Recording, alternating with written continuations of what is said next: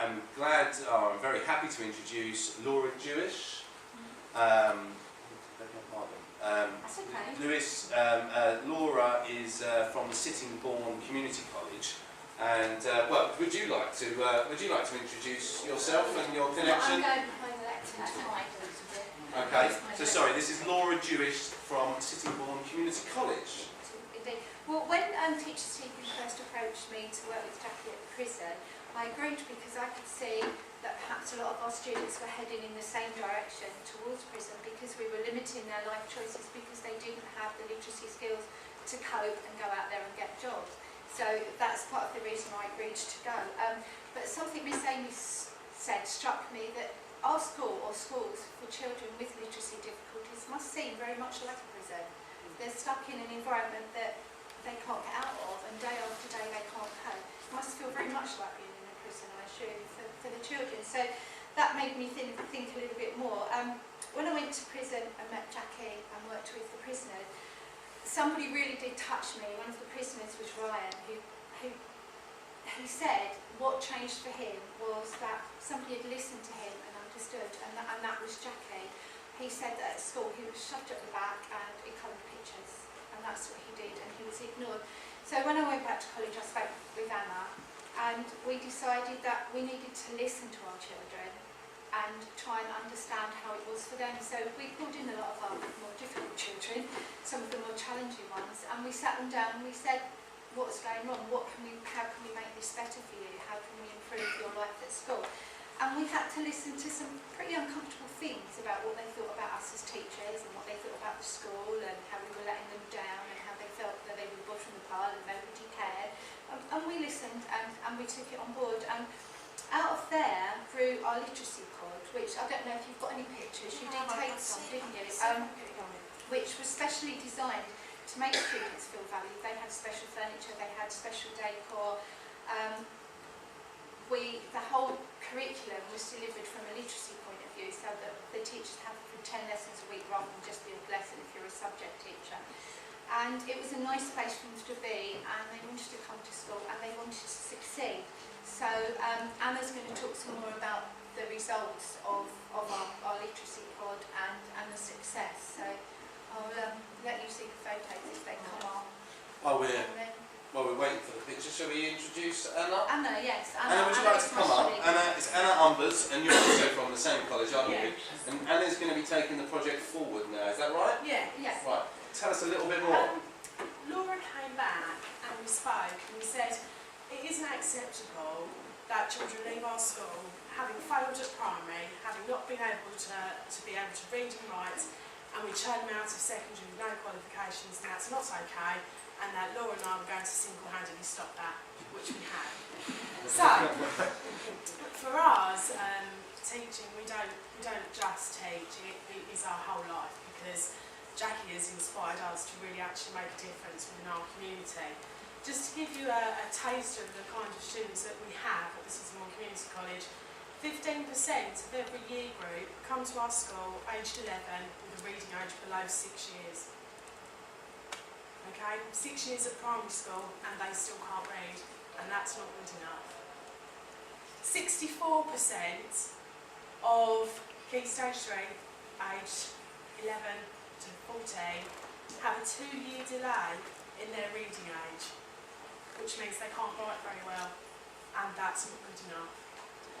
So students come to us with a functioning literacy ability at 11 of a 6 or 7-year-old, and we have to take that on the chin and we have to do something about that, which we have. And we really quickly realised, having spoken to students who, a number of them, have families who have had members in prison or have had quite a deprived background in terms of their socio-economic position, told us that what's the point in coming to school, because nobody's going to help you anyway. And they have no self-esteem, and they disengage with the education system, and they have very little belief that actually things will change for them. And typically this meant that parents were not really that interested in what was going on at school, and they didn't really understand what we were trying to do.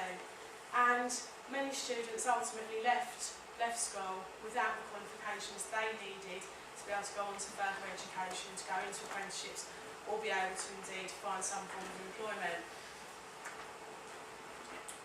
So I guess after Laura's work with Jackie, we sat down and we thought, what can we do to break down the barriers and to make sure that our students leave us and be able to achieve? So we saturated all their lessons with literacy. We completed studies between primary and secondary school to look at what had gone wrong and how we could put it right. We now have specialist teachers that teach those students in a pod which is just amazing. It looks lovely and it is special for them. It's something the rest of the school don't have. We have specialist TAs that are trained to teach people that are 11 to read and write, so they don't feel like primary school children anymore. And those TAs are with those students every lesson, every day. So whenever there is a problem, or wherever there are teachers that are maybe not quite as skilled as myself or Laura, they're there to support them, and that has really made a difference. And we decided that we were going to deliver a curriculum that was a curriculum that the students wanted. So they actually wanted to come to school, and they actually felt that it was something that was worth buying into. As a result, we don't have any formal exclusions of our students. We don't have any that leave school before 16. Most of our students stay on to further education, and a number of them have actually gone into apprenticeships. We have at least a 95% attendance rate, which is one of the best in the school. Our students want to come to school. Virtually all of the parents attend parents' evening and any celebration events that we put on. They want to come into school and they want to work with us, and they've actually become family events. We end up with the whole family, nan, grand and everybody. So in terms of achievement, the government sets us these targets, and the students have to make 2 levels of progress between their level that they got at primary and the level that they get at 14. So in 2010, which was kind of the September after the May that we'd worked with Jackie, this pod was set up, so we moved really quickly. And only 10% of students actually achieved above the target the government had set. And now in the 3rd year, the first cohort have gone through, and that is 37% performing above the target that the government set them. In 2010, first year that we started, only 40% were actually on target to achieve the level the government set. That's now 61. All of the students will go on to do GCSE English. All of them will go on to study GCSEs, and they know how to learn, and that their literacy problems aren't a problem anymore. They've bought into an ethos of success. They have aspirations to achieve, and for the first time they have hopes and dreams that their future can be something that's successful, and they can begin to have ambitions and begin to think ahead as to what they could be when they leave school and the life they're going to have after school, and they share these because they believe that these dreams are possible. The project that Laura was involved in has kick-started an evaluation of our education system.